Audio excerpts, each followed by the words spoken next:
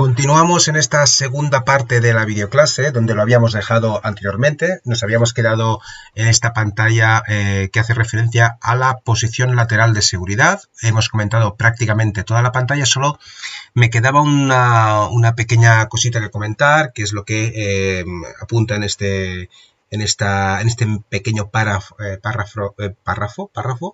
sí, ¿no? Párrafo, sí, párrafo, me estoy liando. En este pequeño párrafo en el que hace referencia a los bolsillos, ¿no? Cuando vayamos a hacer esa posición lateral de seguridad, antes de realizarla, deberíamos vaciar los bolsillos de los pantalones, de las chaquetas, aquellos bolsillos que en el momento del giro, en el momento de realizar ese cambio postural, pudieran molestar, se pudiera clavar el usuario y demás, ¿no? Pues imaginemos un móvil, llaves de un coche, no sé, lo que hubiera, ¿no? Unas gafas, por ejemplo, también habría que retirarlas. Todos aquellos objetos que puedan pueden molestar, puedan dañar cuando pongamos en esa posición lateral, podrían molestar a ese accidentado, pues habría que retirarlo previamente. Eso es lo que viene a decir este pequeño párrafo de aquí. Muy bien, ahora sí, continuemos. Aquí lo vemos, aquí vemos la posición lateral de seguridad. Fijaros, muy sencillito de hacer. Es un paso de supino lateral, por así decirlo, pero con una particularidad en la colocación de esta mano debajo de la barbilla o debajo de la mejilla, por así decirlo, que cuando hacemos el volteo, pues automáticamente esta mano quedará debajo de la cara, ¿no? Y de alguna manera la protegerá. Bueno, ya esta sería la posición final de esta posición lateral de seguridad, ¿de acuerdo? No tiene mucho más, ¿vale? Aquí dice que, bueno, que una vez hubiéramos colocado a este usuario en esta posición lateral de seguridad, recordemos que si hemos colocado en esta posición al accidentado es porque ha perdido el conocimiento, ha perdido la conciencia. Lo que deberíamos hacer una vez hubiéramos colocado al accidentado en esta posición sería mantener la vigilancia y el control de esos signos vitales, es decir, controlaríamos que mantuviera respiración y por lo tanto también que mantuviera pulso, ¿vale? Veamos qué sucede cuando una persona dice está consciente y no respira o súbitamente no respira y tiene pulso. Es decir, ¿qué hacemos cuando alguien se atraganta? ¿Vale? Cuando alguien se atraganta o se está ahogando, ¿vale? Bueno, lo primero que debemos hacer, voy a resumir muy mucho, lo primero que vamos a hacer será animar o valorar qué tipo de atragantamiento o dificultad respiratoria presenta esta persona. ¿Qué pasa? Dependiendo de la dificultad respiratoria que presenta el accidentado o la persona que está sufriendo ese episodio, podemos tomar una decisión u otra. El criterio es el siguiente: si puede hablar, si puede emitir algún sonido, en esos casos nunca habría que tocar para nada a esta persona. Lo único que habría que hacer es animar a que tosiera, ¿no? Animarla a que tosiera y tosiera fuerte o que continuara tosiendo, ¿vale? Mientras pueda hablar, los niños, por ejemplo, puedan llorar. En el atragantamiento también veremos el tema de los niños, si pueden llorar mientras están en esa situación de agobio, si pueden emitir algún tipo de sonido, eso significa que está pasando aire. Si pasa aire y hace vibrar las cuerdas vocales, significa que la vía aérea no está totalmente colapsada, con lo cual lo mejor será intentar fomentar o ayudar a que esta persona expulse ese elemento que tiene, bueno, pues estamos hablando de un atragantamiento, pues ese elemento que ha entrado o se ha colocado en una posición en donde no tocaba, ¿no? Pues que la expulse por sí sola, ¿no? Ahora bien, cuando cuando esta solución no ha funcionado o cuando, digamos que ha empeorado, mejor dicho, esta persona ya no puede hablar, esta persona ya no puede toser, por así decirlo, sino que se ha quedado en esa, digamos que posiblemente ese objeto, ese fragmento de alimento o lo que sea, ha modificado su posición y ahora ya impide el paso total o impide totalmente, mejor dicho, el paso de aire. Bueno, la característica de esa persona que se está ahogando es muy descriptiva, ¿no? Es llevarse las manos al cuello, ojos muy abiertos, imposibilidad de emitir ningún sonido, empieza con incluso, pues eso, la cianosis, ¿no? Ese amoratonamiento de la cara. En esas circunstancias, lo que habrá que hacer es, bueno, lo que vemos aquí como llamada la maniobra de Heimlich. Antes de hacer esa maniobra de Heimlich, lo que intentaremos es, nos colocaríamos en la parte posterior de este accidentado, incorporaríamos un poquito hacia adelante, o mejor dicho, buscaríamos una flexión o una semiflexión de lumbares, ¿vale? Un poquito hacia adelante y con unos golpes secos con la palma de la mano entre las dos escápulas, entre los dos omóplatos, ahí sí que daríamos los azotes, ¿no? las palmas sobre la espalda para intentar ayudar a expulsar ese elemento, ¿vale? Si no hemos conseguido eliminar ese elemento es cuando iniciaríamos esa maniobra de Heimlich, que sería, ya estaríamos colocados en esa parte posterior de la persona, entonces cogeríamos al individuo con nuestros brazos, la manera donde colocamos la mano ya lo veréis en el vídeo que os he puesto, que es bueno, lo explica perfectamente, es muy descriptivo. Se trata de colocar la mano 4 centímetros por encima del ombligo, en forma de puño cerrado y con la otra mano cogiendo el puño, y se trata de hacer tracciones bastante, dice, vigorosas, fuertes, enérgicas, hacia adentro y hacia arriba, ¿vale? Es como hacer un abrazo del oso por detrás y hacer apretones sobre el diafragma, ¿no? Para intentar estimular un efecto reflejo y que ese fragmento de alimento o el objeto que está taponando o dificultando el paso del aire, pues sea expulsado. Eso es la maniobra de Heimlich. Luego veremos que se puede hacer también esta maniobra de Heimlich, se puede hacer en pie, y si el accidentado perdiera el sentido, perdiera la consciencia, podríamos realizarla desde el decúbito supino, ¿vale? También veremos cómo, en los vídeos que os he puesto, veremos cómo realizar esta maniobra de Heimlich también en niños y en lactantes, en bebés, ¿vale? Muy interesante. Muy bien, continuamos. Perdón. Bien, la víctima dice, la víctima la tenemos inconsciente y no respira, pero aún mantiene el pulso. Bien, si mantiene el pulso significa que hay circulación, hay actividad coronaria, pero al no respirar significa que hay parada respiratoria y por lo tanto, en caso de parada respiratoria, lo que habría que empezar a hacer ya es la reanimación respiratoria, la reanimación pulmonar, ¿vale? ¿Por qué es muy importante cuanto antes iniciar esa reanimación pulmonar? Pues porque cuanto más se tarde, más rápidamente aparecerá esa parada cardiorrespiratoria. Es decir, que si dejamos de respirar durante un tiempo relativamente corto, es muy probable que también vaya a pararse el corazón. Y esa situación ya es mucho más compleja, ¿vale? Y vamos a intentar evitarla, esa situación tan compleja. Muy bien. Para hacer esta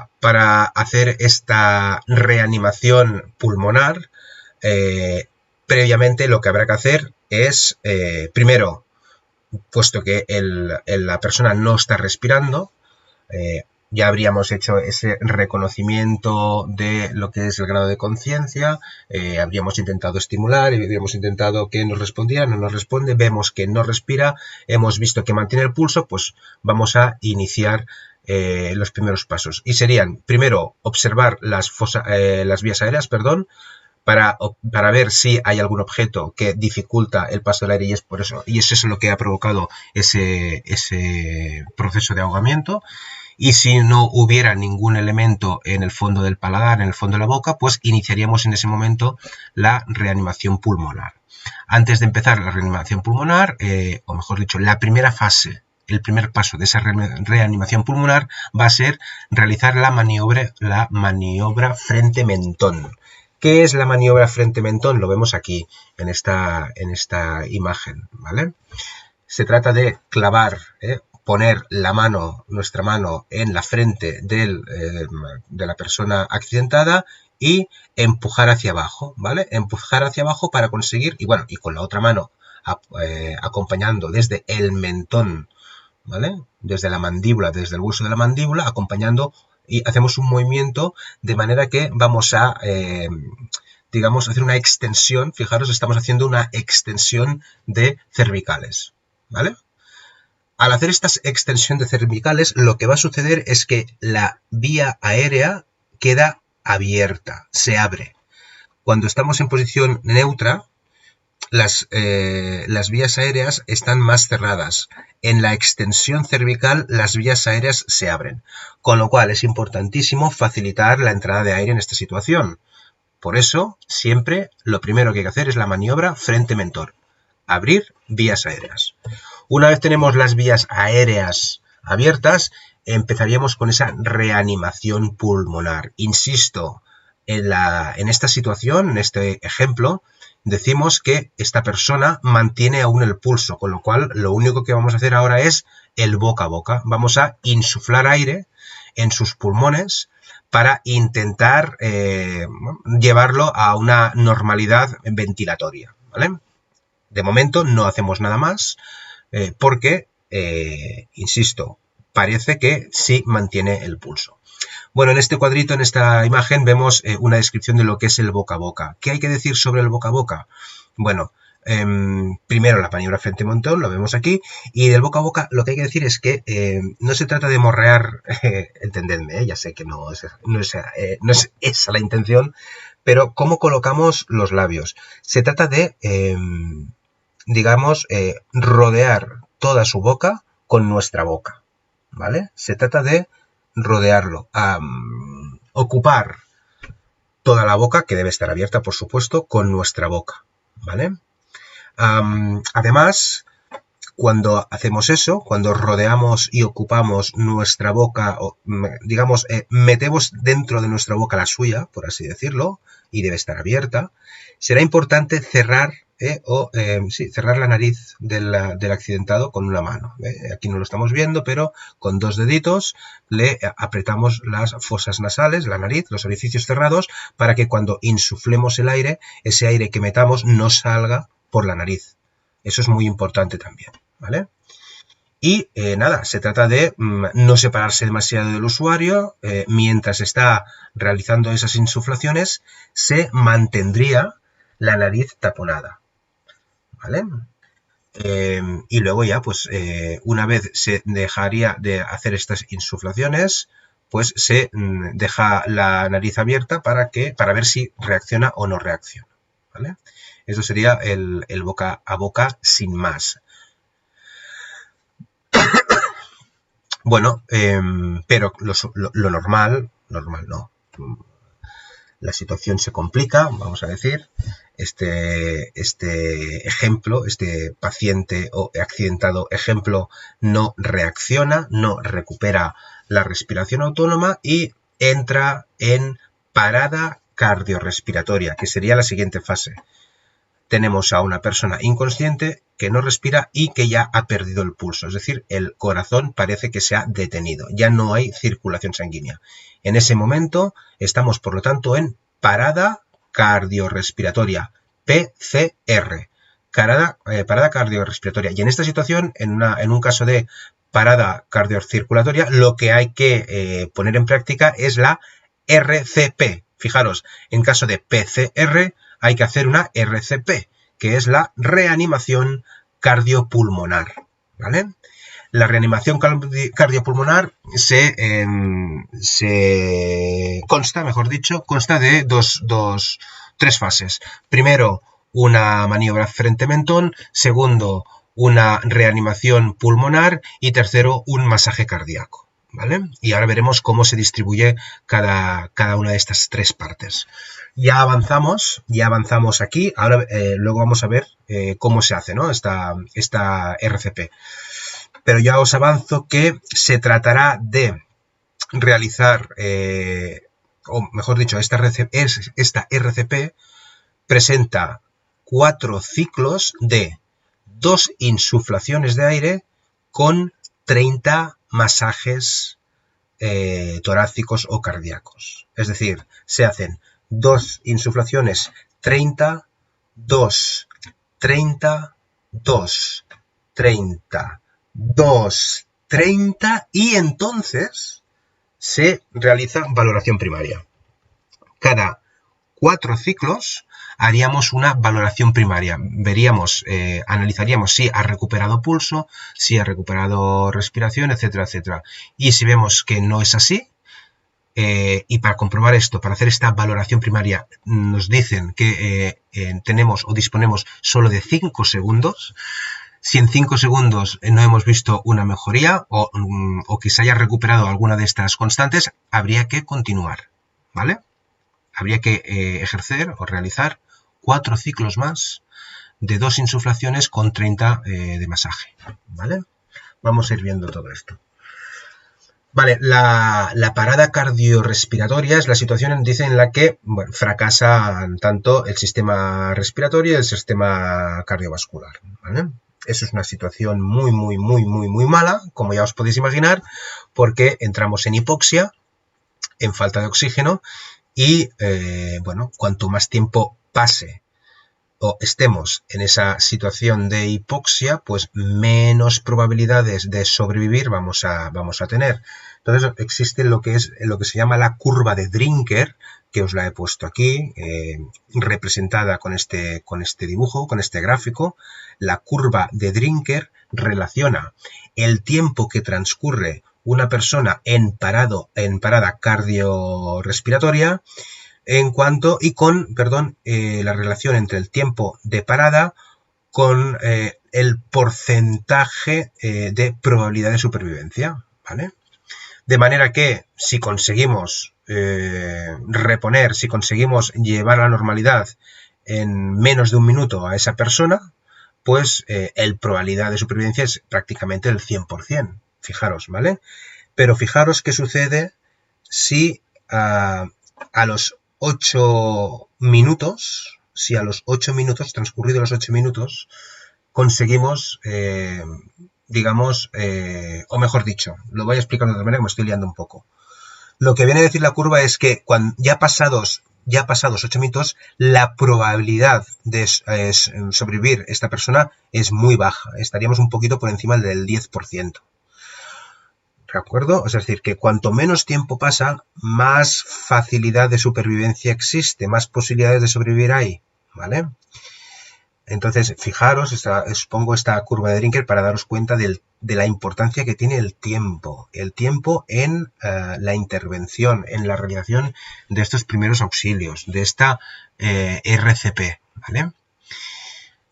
Por otro lado, aparte de lo que es la supervivencia, es decir, que esa persona finalmente viva, también habría que valorar el tema de las secuelas, ¿no? De las secuelas, sobre todo estamos en una situación de hipoxia, de falta de oxígeno, ¿cómo afecta eso al sistema nervioso central?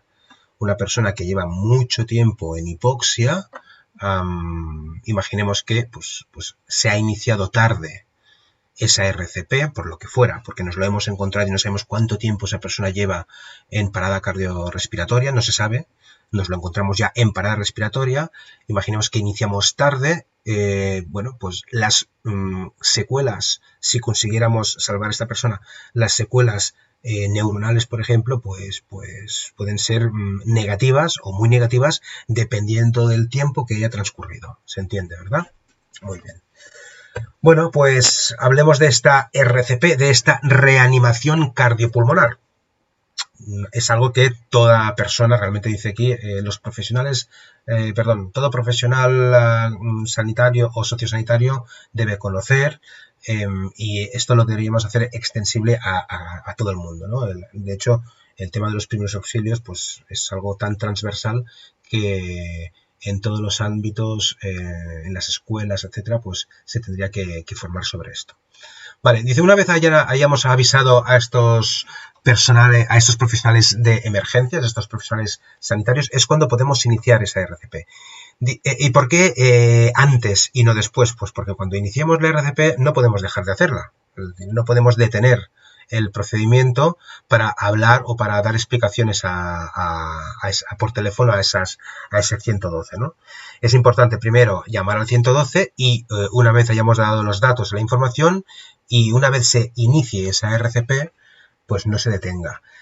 Ya he dicho antes, importante, a ser posible, poder compartir el realizar esta RCP con alguien, porque es muy fatigado, es muy cansado, y poderse ir turnando pues puede ayudar a que podamos mantener esta RCP hasta que lleguen las ayudas, las emergencias. Muchas veces pues lo que sucede es que el auxiliador, el socorrista, se fatiga y no puede continuar.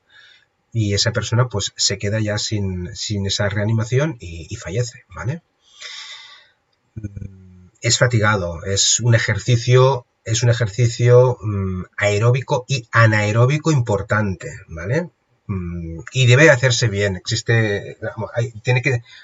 La técnica se tiene que seguir a rajatabla para evitar sobre todo eso, para evitar que aparezca la fatiga demasiado pronto. Bueno, la RCP, ya lo hemos dicho, consiste en la realización de esas contracciones a nivel torácica, que lo que persiguen es estimular la sístole coronaria, ¿vale? De una manera externa, artificial, por así decirlo, y luego también de insuflar aire a las vías respiratorias para aportar oxígeno, y al nosotros también provocar esa contracción coronaria, ese vaciado del corazón de manera artificial, estamos movilizando la sangre, estamos realmente lo que estamos haciendo es haciendo funcionar el sistema cardiovascular y el respiratorio de una manera artificial, ¿vale? Eso es lo que se consigue con la RCP.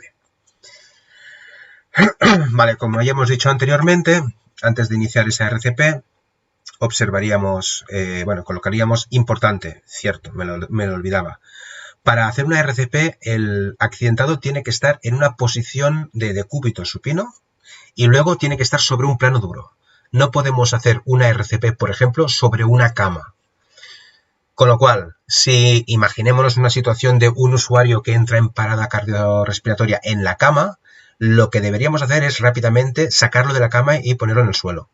Y en el suelo iniciar la RCP.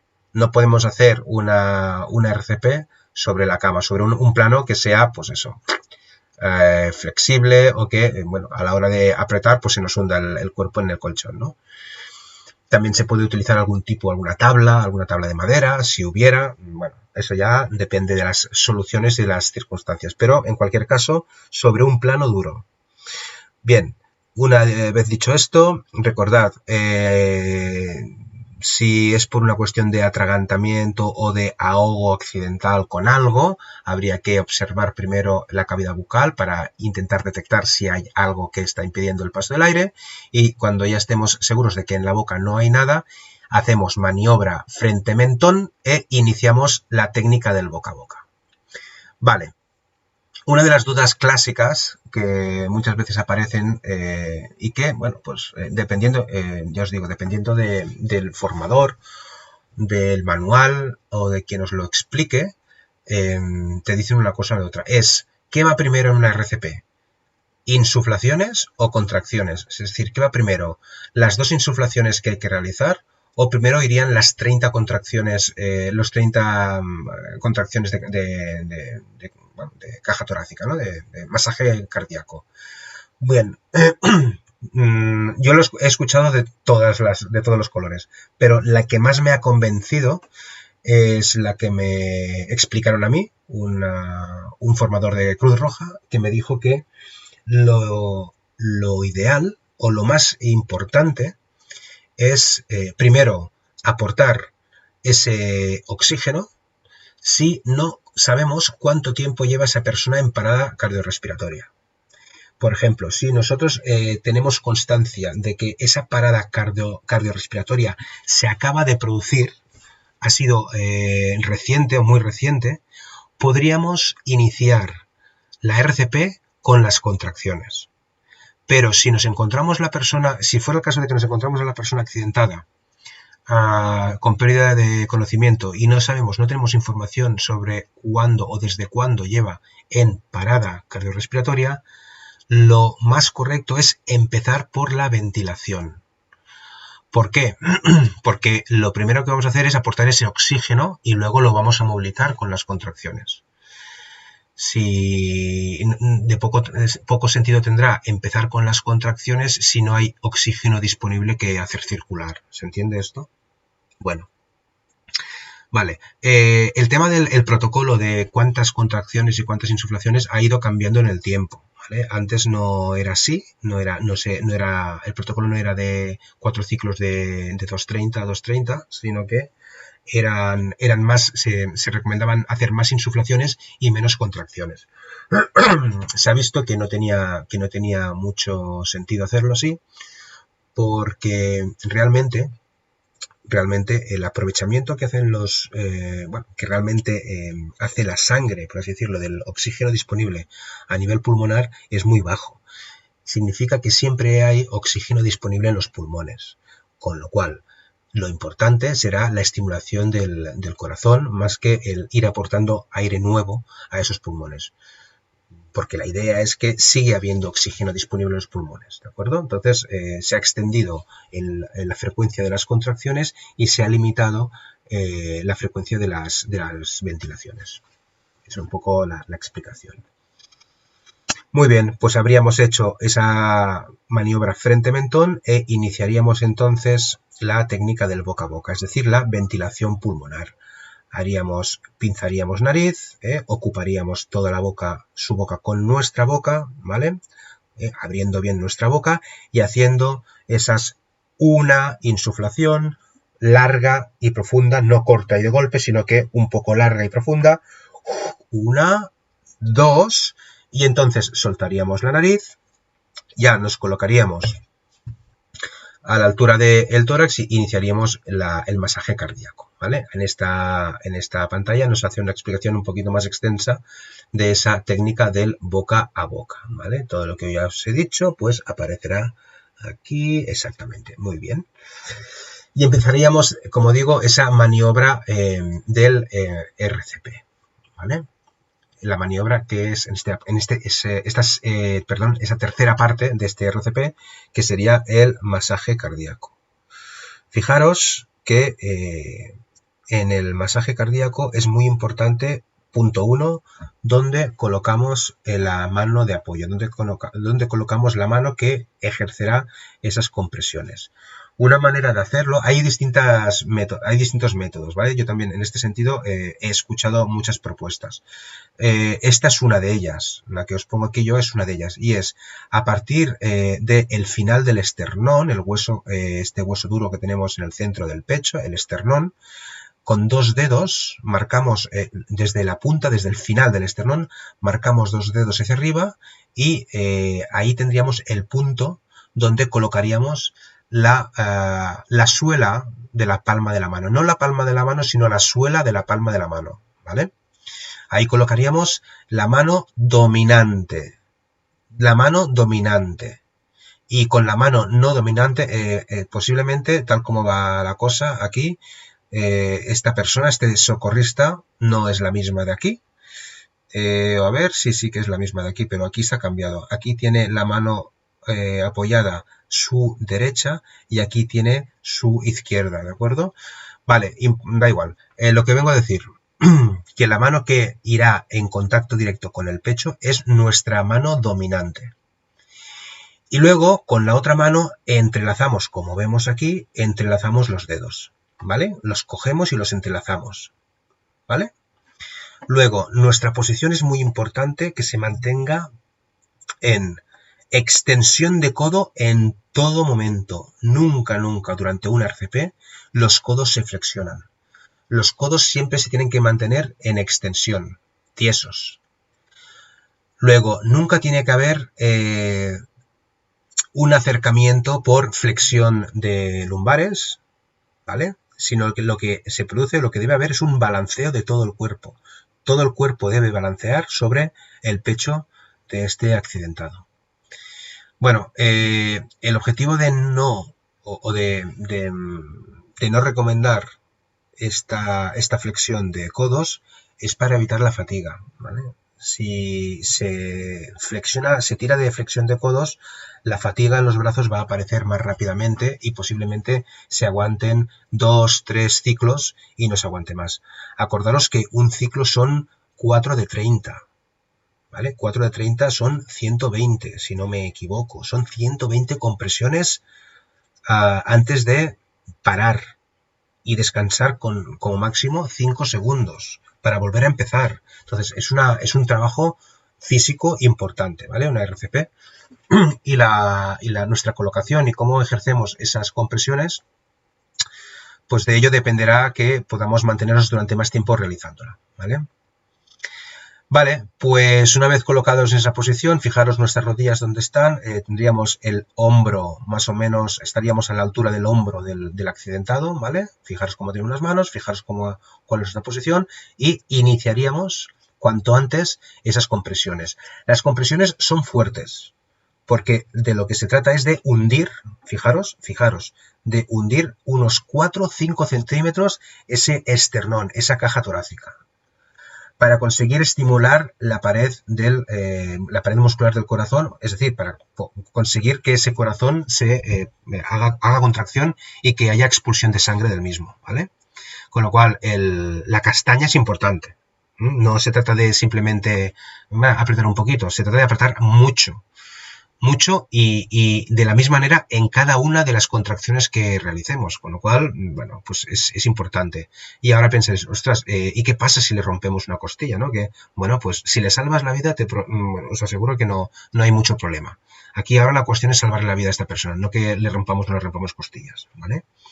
Más de una costilla se habrá roto. Eso es lo que nos dicen los socorristas, bueno, los socorristas, personal de emergencias, de SAMU y demás, pues eso, más de una costilla han roto haciendo RCP, pero bueno, que han conseguido salvar la vida de esa persona, ¿vale? Bueno, quiero decir que es un daño colateral habitual a la hora de realizar esta RCP. Bien. A ver, exacto, dice el ritmo debe ser de 30, más que el ritmo, este es el ciclo, ¿no? ¿Cómo es el ciclo? El ciclo son 4 de 30 compresiones seguidas, el ritmo ahora sí, rápidas y rítmicas, o sea, lo que viene a decir es que cada una de estas compresiones, mejor dicho, de estas 30 compresiones, se realizan de una forma rápida y rítmica, ¿vale? No de forma irregular. Vale, os voy a dar un truco para saber exactamente y sin margen de error cuál es el ritmo que hay que llevar para marcar o para realizar estas 30 compresiones. Y esto que os voy a decir ahora no es una tontería, a mí me lo explicaron así y así os lo explico a vosotras. Y de hecho es un truco que no vais a olvidar nunca. Por lo chorra que es, por la parida que es, no la vais a olvidar nunca. Vale, entiendo que todas conocéis la canción, la grandiosa y enorme canción La Macarena de la de los del Río. ¿A que sí? La Macarena, a que la conocéis todos, lamentablemente, ¿verdad que sí? Dale a tu cuerpo alegría, Macarena. Esa, ¿vale? Pues muy bien, ese es el ritmo. El ritmo de la Macarena es el ritmo que habría que llevar a la hora de realizar las compresiones, el masaje torácico, ¿vale? El masaje cardíaco. Acordaros de la Macarena, os metéis la Macarena en la cabeza y marcáis el ritmo de la canción con las compresiones. Pero ojo, no podemos estar cantando la Macarena mientras estamos haciendo el masaje cardíaco. No podríamos, no deberíamos. Lo que debamos estar cantando mientras hacemos esas compresiones son las propias compresiones.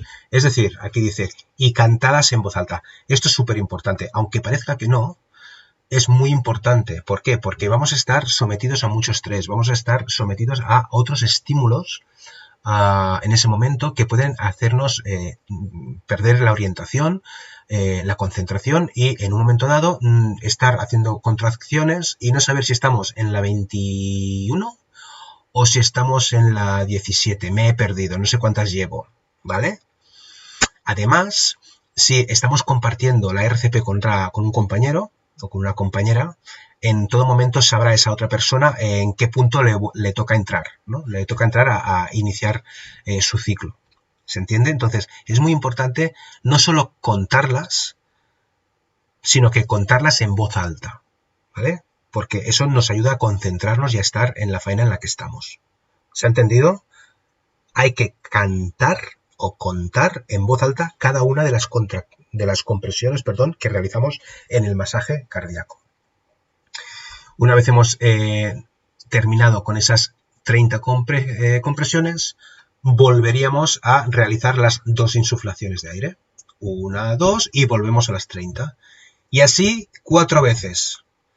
Ya hemos dicho antes, 2.30, 2.30, 2.30, 2.30 y luego valoración primaria. Observamos, ¿hay pulso? No hay pulso, volvemos a empezar. Otra vez 4 ciclos. ¿Vale? Y acordaros, tenemos solo 5 segunditos para valorar, para hacer esa valoración primaria. Muy bien, dice, la RCP debe mantenerse hasta que lleguen los profesionales sanitarios, las emergencias, la ambulancia, los del SAMU. Dice, y que tomen nuestro relevo. Esa es la premisa. No se para. Una RCP, en el momento que se empieza, ya no se para hasta que o llegan estas emergencias que nos relevan o el usuario recupera recupera pulso, recupera respiración y se estabiliza, o la última de las opciones, la más lamentable, por así decirlo, será que o hasta que el auxiliar esté tan agotado que no pueda continuar y en ese momento pues esa persona accidentada pues se queda a merced del Nostre Señor, ¿vale? Bueno, pues hasta aquí segundo vídeo, esta segunda parte. Continuamos con las situaciones de urgencia más frecuentes en la tercera parte, ¿de acuerdo? Venga, hasta ahora.